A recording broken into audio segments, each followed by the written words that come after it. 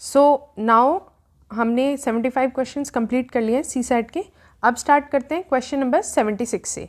When two people get together the one who appears more relaxed in body language.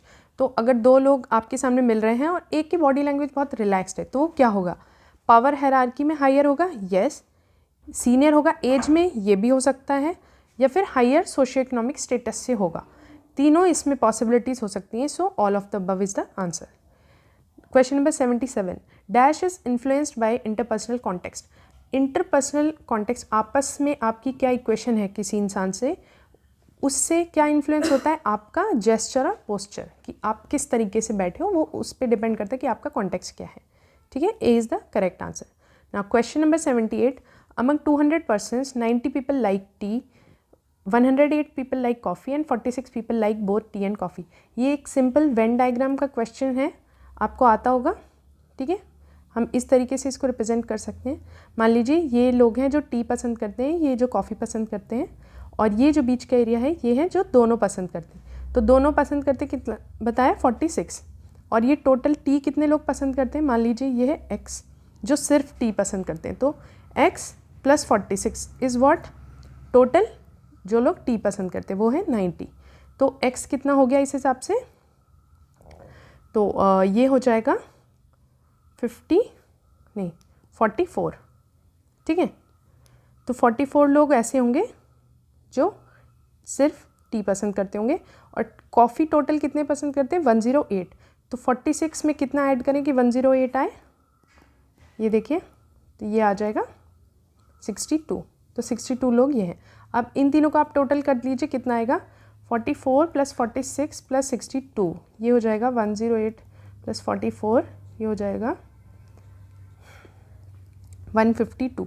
तो 152 लोग हैं जो either T या coffee P रहे हैं। तो जो लोग इन दोनों में से कुछ भी नहीं पसंद करते वो कितने बचे? 200 में से आप 152 माइनस कर दोगे, आंसर आ जाएगा 48। So D is the correct answer.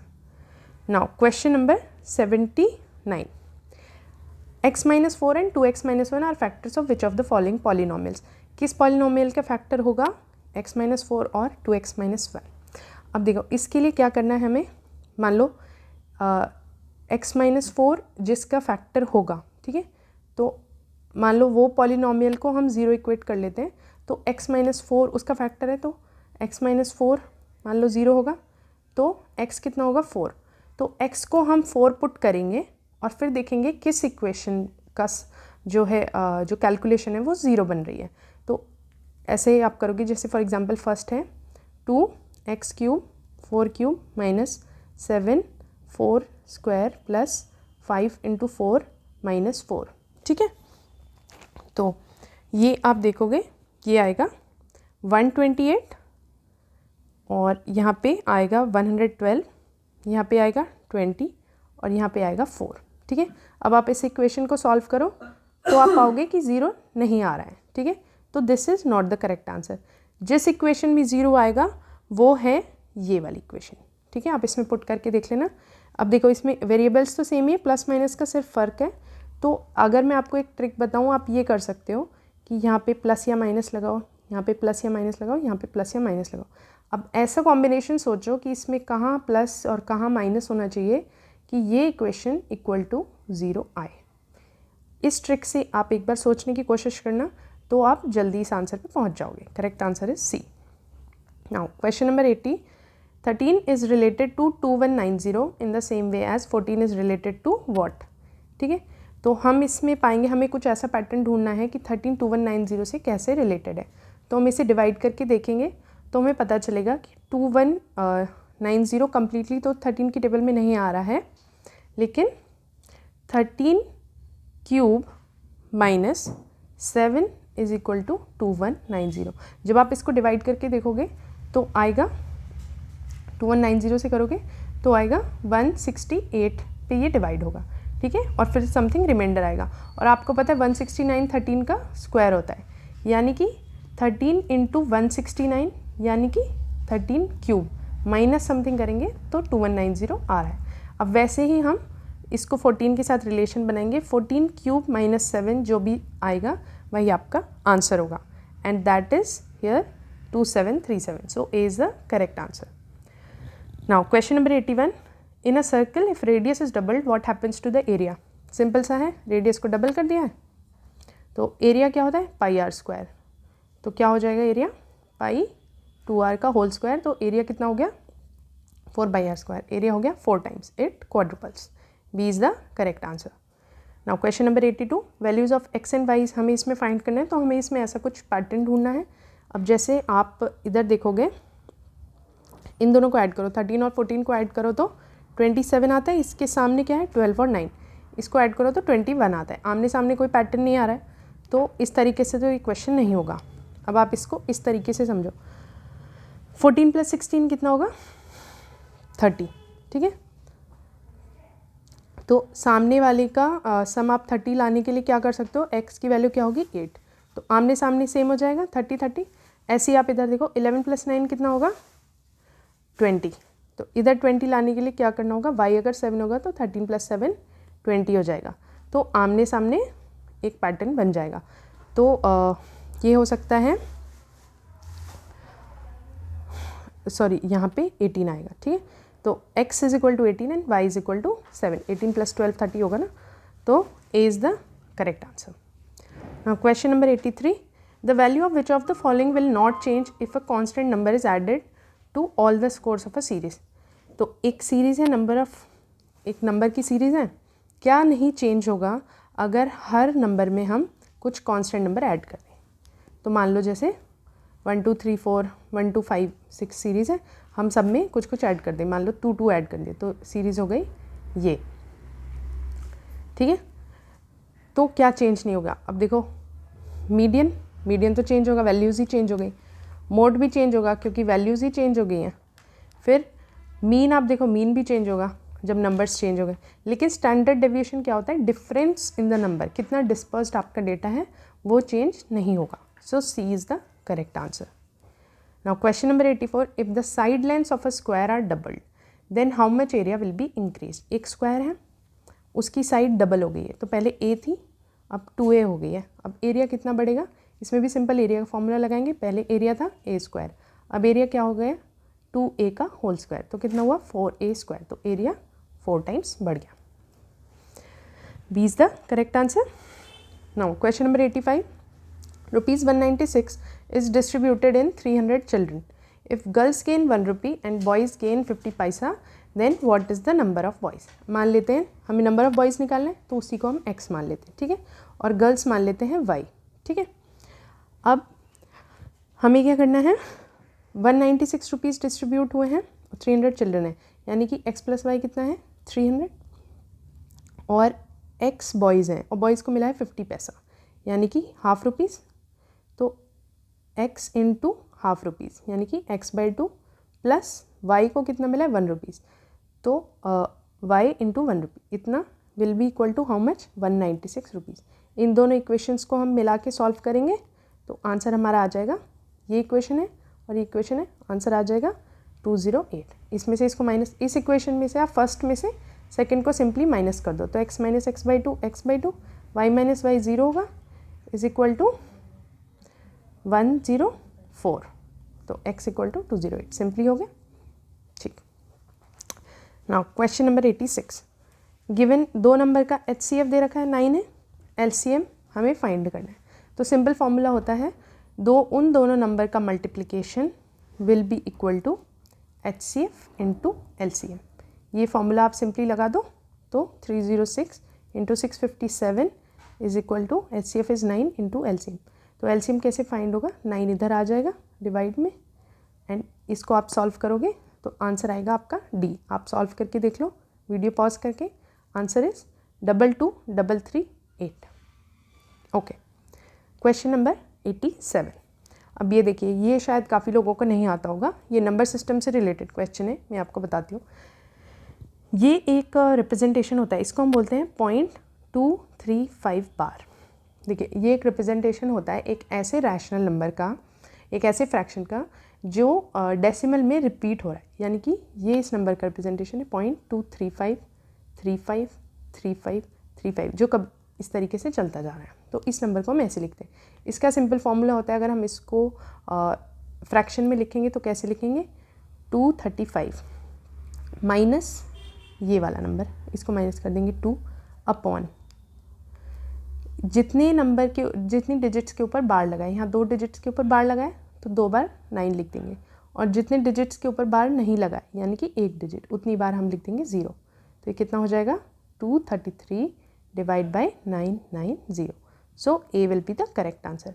अब हम ऐसा क्यों करते हैं, ये अगर आपको चाहिए मैं आपको एक डिटेल्ड वीडियो में बता दूंगी, ठीक है, तो वो आप देख लेना। Now question number 88, ogive curves for more than type and less than type distribution intersect at. एक कर्व है जो मोर देन और लेस देन पे इंटरसेक्ट होता है तो उसको क्या बोलेंगे, मीडियन, ठीक है, मीडियन बोलेंगे। Now question number 89, if the points 1x 52 and 95 are collinear. ये तीनों पॉइंट्स कोलिनियर है, मतलब एक लाइन पे लाई करे हैं, तो x की वैल्यू क्या होगी। अब वैसे अगर आपको ये सॉल्व करना होगा तो आपको पूरा फॉर्मूला यूज़ करना पड़ेगा, y = mx + c, ठीक है, लेकिन यहाँ पे हम एक पैटर्न नोटिस कर सकते हैं। ये देखिए 1 और 5 में कितना डिफरेंस है, 4 का, और 5 और 9 में 4 का, यानी कि ये पॉइंट्स एक लाइन पे इक्वल डिस्टेंस पे लाई कर रहे हैं, ठीक है। तो अगर x में एक पैटर्न आ रहा है तो y वैल्यूज़ में भी एक पैटर्न होगा। तो इसमें देख लीजिए, इसमें क्या पैटर्न है, 5 से -3 किया तो 2 आएगा, तो 2 से हम जो -3 करेंगे वो ही x की यहाँ पे वैल्यू होगी, ठीक है। हमने सिंपल है, कोलिनियर पॉइंट्स है, एक ही लाइन पे हैं, उनके x में अगर पैटर्न है तो y का जो पैटर्न है वही रिपीट होगा, x का रिपीट हो रहा है तो यहाँ पे 2 - 3 कितना होगा, -1। सो b -1 is the correct answer. Now question number 90, 2 cubes each of volume 27 centimeter cube are joined end to end, then the surface area of the resulting cuboid is। 2 cube हैं, आइडेंटिकल है, ठीक है, ये मान लेते हैं ये क्यूब है और दोनों 27 सेंटीमीटर क्यूब का इनका वॉल्यूम है। अच्छा, जिस क्यूब का वॉल्यूम ये होगा उसकी साइड कितनी होगी, वॉल्यूम क्या होता है, साइड क्यूब = 27, यानी कि साइड होगी 3 सेंटीमीटर, ठीक है, 3 का क्यूब 27 होता है। अब इन दोनों को हमने ज्वाइन कर दिया तो ये 3, इसके बगल में ये 3, यानी कि ये जो बड़ी वाली साइड है ये हो गई 6, हाइट 3 रहेगी और ये भी 3 रहेगा, तो ये क्यूबॉइड बन गया है आपका 6 3/3 का। अब आप इसका सिंपली सरफेस एरिया निकाल लो। इसका सरफेस एरिया क्या होगा, 6 × 3 + 3 × 3 + 3 × 3, सॉरी 6 × 3, ठीक है, AB एक तरीके से प्लस BC + CA, ठीक है, इंटू 2, ये इसका फॉर्मूला होगा, आप चाहे तो आराम से देख लेना। तो इसका टोटल निकल के क्या आएगा, इसका टोटल निकल के आएगा, यहाँ पे हम देख लेते हैं 90 सेंटीमीटर स्क्वायर, ठीक है, 18 + 9 + 18, ठीक है, into 2। So now I hope आपको सब समझ में आ रहा है। अगर कुछ समझ में नहीं आ रहा है तो आप कमेंट सेक्शन में डाल सकते हो, मैं वो क्वेश्चन डिटेल में फिर करा दूंगी। Question number 91, how many triangles are there in the following figure. इसमें हमें ट्राइंगल काउंट करने सिंपली, अब देखिए मैं ट्राइंगल काउंट करने का एक सिंपल ट्रिक आपको बताती हूँ। आप सबसे पहले वो ट्राइंगल काउंट कीजिए जिसके अंदर और कोई ट्राइंगल ना हो, सिंगल ट्राइंगल, जैसे ये एक सिंगल ट्राइंगल है, ठीक है, 1, फिर 2, ठीक, 3 4 5 6, ठीक है, टोटल 6 ट्राइंगल तो ये हो गए। अब हम वो ट्राइंगल काउंट करेंगे जो एक के अंदर 2 हैं, जैसे 1, ठीक है, 2 और 3 ट्राइंगल्स ये हो गए। और भी हम देखेंगे इसमें जिसके अंदर 3 ट्राइंगल्स हो, ऐसा कोई नहीं बन रहा है जिसके अंदर 3 हो ऐसा ट्राइंगल। फिर एक ट्राइंगल बनता है ये जिसके अंदर 4 ट्राइंगल्स आ रहे हैं, ठीक है, एक ट्राइंगल हो गया ये, और फिर एक ट्राइंगल होगा जो सबसे बड़ा ट्राइंगल है +1, तो कितने हो गए 9 10 11, total number of triangles is 11, ठीक है। Now question number 92, find the missing number in the C. अब देखिए इसमें हमें अगर हम डिफरेंस देखेंगे 4 और 18 के बीच में 14 का डिफरेंस आ रहा है, 18 और 48 के बीच में 30 का डिफरेंस आ रहा है, तो डिफरेंस में कोई पैटर्न यहाँ पे बनता हुआ हमें नहीं दिख रहा है। तो हम इसमें कुछ और ट्रिक सोचेंगे कि इसमें क्या हो सकता है। अब देखिए इसमें ट्रिक ये है, 4 = व्हाट, 2 स्क्वायर × 1 = 4। 18 देखिए 3 स्क्वायर × 2 इज़ 18। देन थर्ड देखिए 4 square into 3, 4 square is 16 into 3 is 48।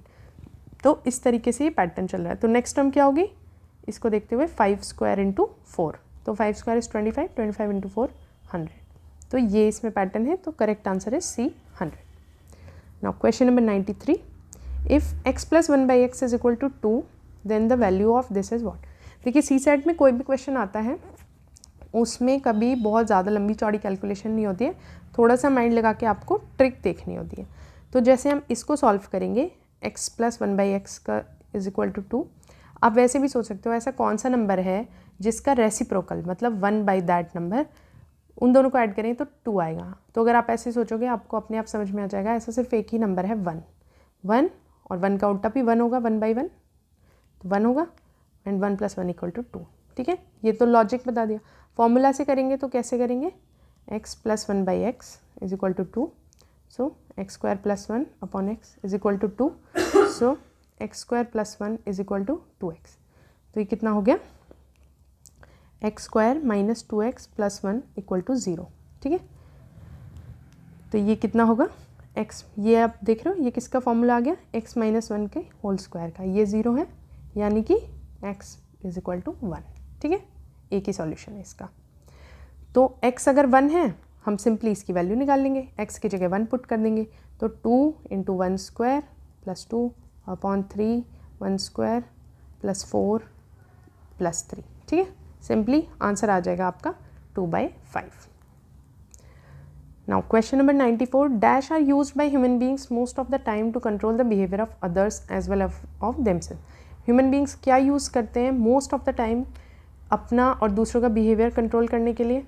अब देखो कोई भी देख के सोचे कि वर्ड्स यूज़ करते हैं, बट वर्ड्स बहुत ही वेग वर्ड है। ठीक है, हम क्या यूज़ करते हैं एक्चुअल में, रिवॉर्ड्स। यस, रिवॉर्ड्स मैकेनिज्म है, आप खुद को मोटिवेट करने के लिए कुछ रिवॉर्ड देते हो कि ये हो जाएगा तो ये करेंगे, या दूसरों को भी वर्क प्लेस पे मैनेजर्स रिवॉर्ड देते हैं सबॉर्डिनेट्स को ताकि उनको मोटिवेट करें।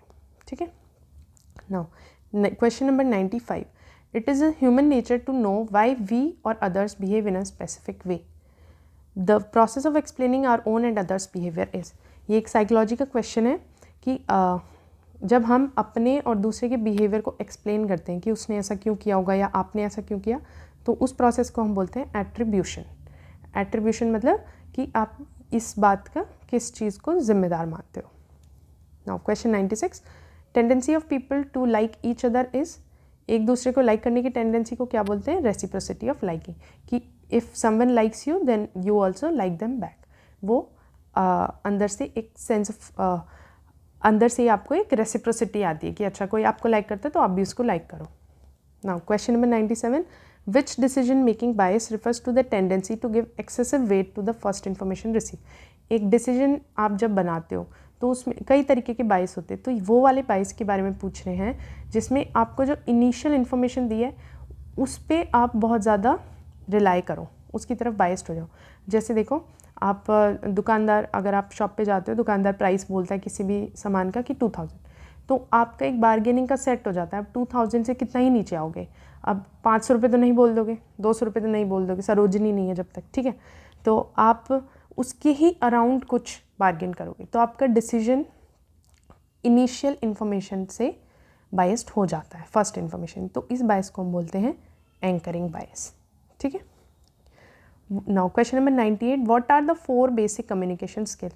4 बेसिक कम्युनिकेशन स्किल्स क्या है, सिंपली आप पढ़ो, understanding, listening, informing, speaking, observing, reading, influencing, writing. Listening, speaking, reading and writing. 2468 A is the correct answer. Now question number 99, which of the following type of memory has the shortest duration? Shortest duration किसकी होती है, iconic memory की, आँखों की, वो होती है 1/16 second के लिए। अगर आप कोई चीज़ देखते हो 1/16 सेकेंड के लिए आपकी आँखों में उसकी इमेज होती है। ठीक है, question number 100, functional fixedness is a kind of what.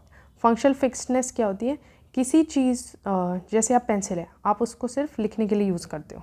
ठीक है, लेकिन उसके और भी कोई यूजेस हो सकते हैं। ठीक है, तो जैसे स्विच बोर्ड में उसका यूज़ कर लेते हैं, अगर 3 प्लग स्विच बोर्ड होता है उसको जूड़े में लगाने के लिए भी यूज़ कर लेते हैं। तो अगर आप उसकी नॉर्मल यूसेज के लिए आप यूज़ टू हो, उससे बाहर निकल के उसका कोई यूज़ सोच पा रहे हो, तो इसका मतलब है आपको फंक्शनल फिक्सडनेस नहीं है। लेकिन अगर आप उसका सिंगल वही यूज़ सोच पा रहे हो तो उसको बोलते हैं फंक्शनल फिक्सडनेस। तो ये एक तरीके का क्या है, ये एक तरीके का मेंटल सेट है कि आपका दिमाग एक ही चीज़ पे अटक गया है, आप वैसे ही सोच पा रहे हो, कुछ नया नहीं सोच पा रहे। ठीक है गाइस, आई होप आपको क्वेश्चंस अच्छे से समझ आए हैं। मैंने फास्ट भी कराने की कोशिश की है और लेकिन सब कुछ अच्छे से एक्सप्लेन भी कर दिया है। अगर आपको कहीं डाउट है आप पॉज करके देख सकते हो, आपको कोई डिस्क्रिप्शन है आप कमेंट सेक्शन में बता सकते हो कि ये डिस्क्रिपेंसी है, मुझे इसका आंसर ये नहीं लगता है। ठीक है, एंड प्लीज़ आप अपना स्कोर भी शेयर कीजिए कमेंट सेक्शन में। आई होप मेरा तो 33% क्लियर हो जाएगा और मैं भी अपना स्कोर शेयर कर दूँगी।